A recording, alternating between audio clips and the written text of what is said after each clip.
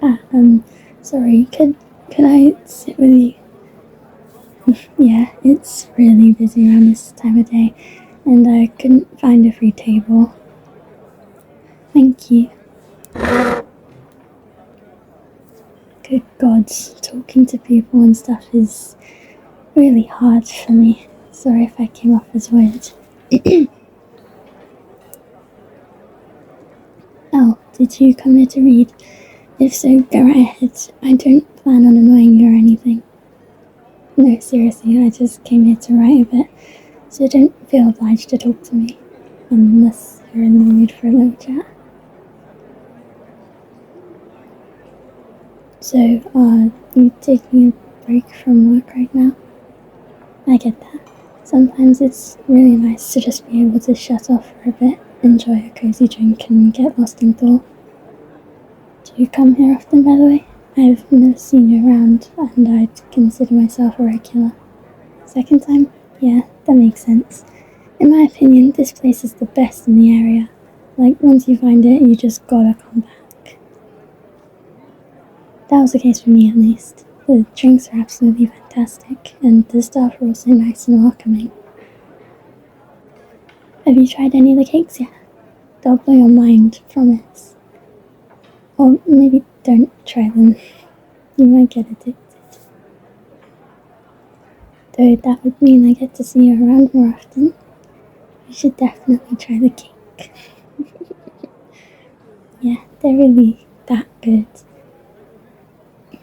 I know the guy who makes them. He's an absolute sweetheart. He bakes them fresh every day. Sometimes we hang out after hours, just sit here and eat some of the leftovers. That's one of the reasons I love this particular coffee shop. Once you get to know the people, you're basically family here. I also love to be bored whenever I'm not buried in my writing. It's so fascinating to see everyone rush by as though there's no tomorrow. Usually I come in either before or after busy hours, but this time I can really avoid it. Normally I love the place because of how calm and quiet it is, but today I have plans later on and figured either I have to come here a bit earlier than usual or not at all. Even though I knew it'd be packed, I thought I'd give it a try anyways. Maybe get some writing done. I struggle with doing stuff at home. Getting inspired and motivated to work is really tricky when you could just as well be laying in bed watching YouTube or streaming Netflix. Somehow when I'm outside, the pressure to perform is just much higher and the distractions aren't half as distracting anymore. Like, have you ever seen somebody watch YouTube out in the open? It's so weird. Yeah, I don't know. Somehow it just works a lot better when I'm out. Maybe it's the background sounds or feeling like you have to do something while you're sipping your coffee. Who knows? Or it could also be all the people around. For me, it always helps to realise I'm not completely alone and shut off from the world. I just feel like a part of something when I'm sat here typing away on my computer or scribbling on my notepad.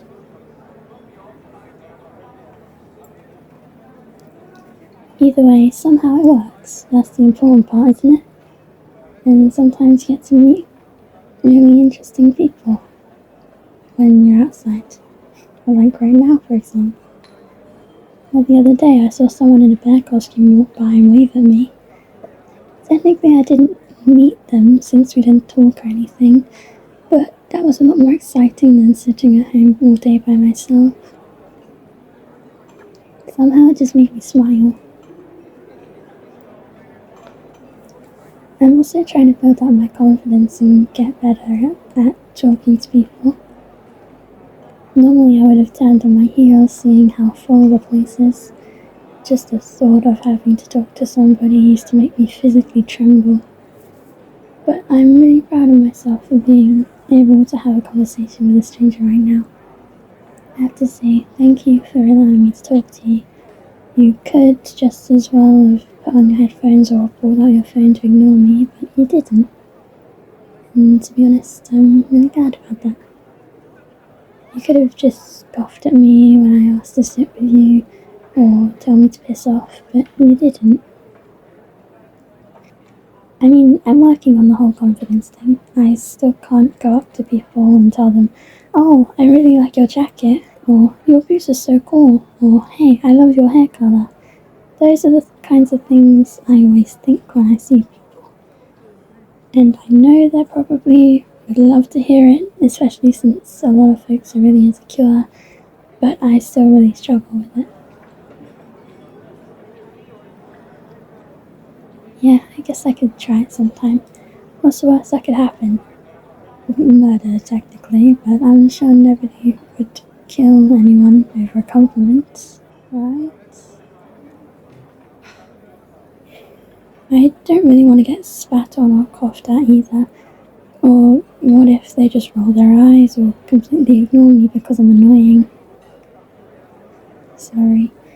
I tend to spiral sometimes. It's not really fun. As I said, I'm trying to work on it and all, but anxiety is one son of a bitch to handle. It's actually really sad to see how many people suffer from social anxiety for seemingly no reason. Well, not no reason. People are pretty scary. And way back when, everyone's survival did depend on being able to fit in. For them, it really was life or death to be accepted by others, since humans needed a group to flourish. But it's absolute bullshit that we still have to live with that now.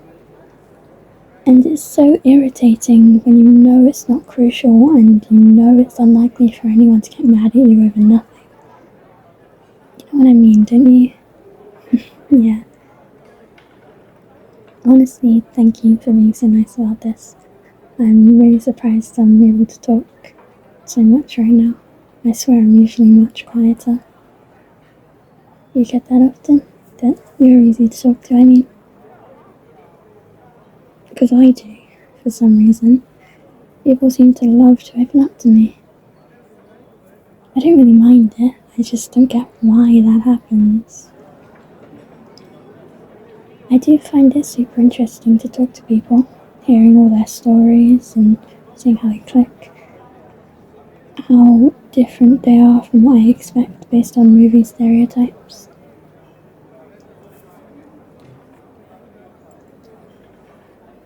As a kid, I didn't really have friends, so I had to rely on books and movies to learn about how people function.